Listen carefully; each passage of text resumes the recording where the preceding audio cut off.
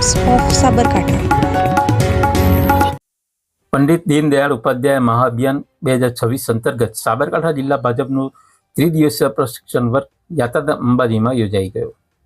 ત્રિદિવસીય પ્રશિક્ષણ વર્ગના વિવિધ સત્રોમાં પ્રદેશ તથા અન્ય જિલ્લાના વરિષ્ઠ આગેવાનોએ કાર્યકર્તાઓને પક્ષની વિચારધારા અને મૂલ્ય શિક્ષણ પ્રશિક્ષણ પૂરું પાડ્યું હતું। પ્રશિક્ષણ વર્ગના વાલી અને પૂર્વ સાંસદ દિનેશ અનાવાડિયા તથા ઉત્તર ગુજરાત ઝોનના પ્રશિક્ષણ વર્ગના ઇન્ચાર્જ વિજય પંડ્યાએ પક્ષના ઇતિહાસ અને વારસા અંગે વાત કરતા જણાવ્યું હતું કે ભારતીય સંસ્કૃતિ હજારો વર્ષ જૂની છે અને ભાજપ આ વારસાને જાળવવાનું સતત કાર્ય કરી રહી છે।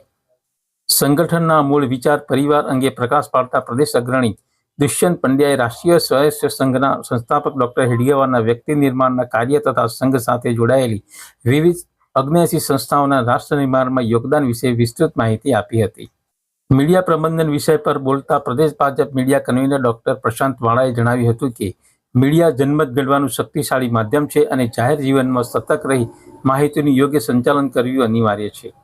ત્રિદિવસીય પ્રશિક્ષણ વર્ગમાં જિલ્લા ભાજપ પ્રમુખ કનુભાઈ પટેલ, પ્રભારી બ્રિજરાજસિંહ ઝાલા સહિત અગ્રણીઓ અને અપેક્ષિત કાર્યકરો ઉપસ્થિત રહ્યા હતા।